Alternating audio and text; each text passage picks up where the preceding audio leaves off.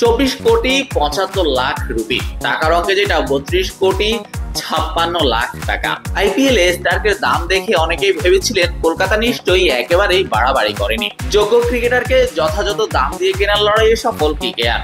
যারা এটা ভেবেছিলেন তাদের সেই ভাবনাকে সঠিক প্রমাণ করতে একেবারেই ব্যর্থ অজিগতি তারকা।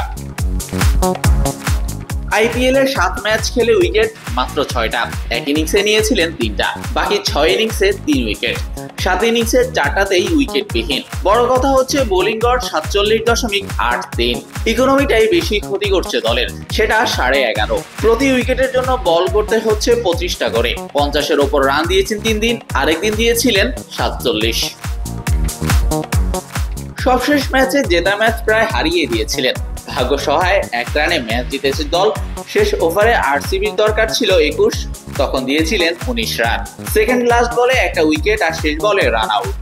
শেষ ওভারে হজম করলেন 3-6, পুরো ইনিংসে 7টা। আইপিএল এক ইনিংসে যৌথভাবে যেটা দ্বিতীয় সর্বোচ্চ। আইপিএল ইতিহাসে যদিও এই তালিকায় তার সঙ্গী আরো 8 জন, তবে নামে দামে মানুষটা স্টার্ক বলেই এটা চক্ষুশূল হওয়ারই মতো ব্যাপার দর্শকদের কাছে। মাত্র 3 ওভার করে দিয়েছেন 55 রান, উইকেট মাত্র একটা।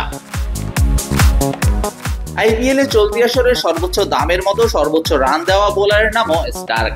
7 ইনিংসে 150 বল অর্থাৎ 25 ওভার বল করে রান দিয়েছেন 287, ওভার প্রতি দিয়েছেন 11.5 করে রান। স্টার্ক আর তার এত দাম নিয়ে যে বেশ বেকায়দায় আছে নাইট রাইডার্স ম্যানেজমেন্ট, সেটা না বললেও চলে। শাহরিয়ার শাওন, স্পোর্টস বাংলা।